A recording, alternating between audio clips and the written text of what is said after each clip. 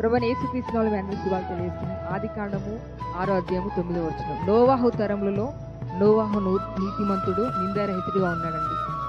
నీవు ఒక భర్తగా, యజమానునిగా, ఒక తండ్రిగా నీ యొక్క భార్యను, నీ పిల్లలను, నీ కుటుంబాన్ని రక్షణ ఓడలోకి ఎక్కించి నీకు నువ్వు సిద్ధపరుస్తున్నావా? రెండో రాకడలో ఎత్తబడ గుంపులో నీ కుటుంబాన్ని ఆయత్తపరుస్తున్నావా?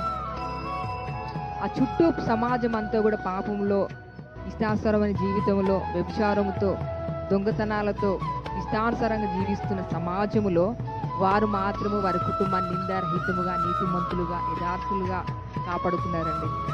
నీ యజమానునిగా, ఒక భర్తగా నీ భార్యను ప్రార్థనలో, మరి నీ పిల్లలను ఒక తండ్రిగా, మరి చక్కటి వాక్యములో, యథార్థత జీవితంలో నువ్వు పెంచుతున్నావా? ఒకవేళ ఆ విధంగా ఈ యొక్క లోకం అనే పాపము అంటకుండా నీ కుటుంబాన్ని నోవాహు వలె జాగ్రత్తగా కాపాడుకుంటూ నీ రక్షణను, నీ కుటుంబ రక్షణను కాపాడుకుంటూ జీవితంలో ఉన్నట్లయితే నీ రెండో రాకడలో ఎత్తబడ గుంపులు ఆయనతో పరచబడతారు.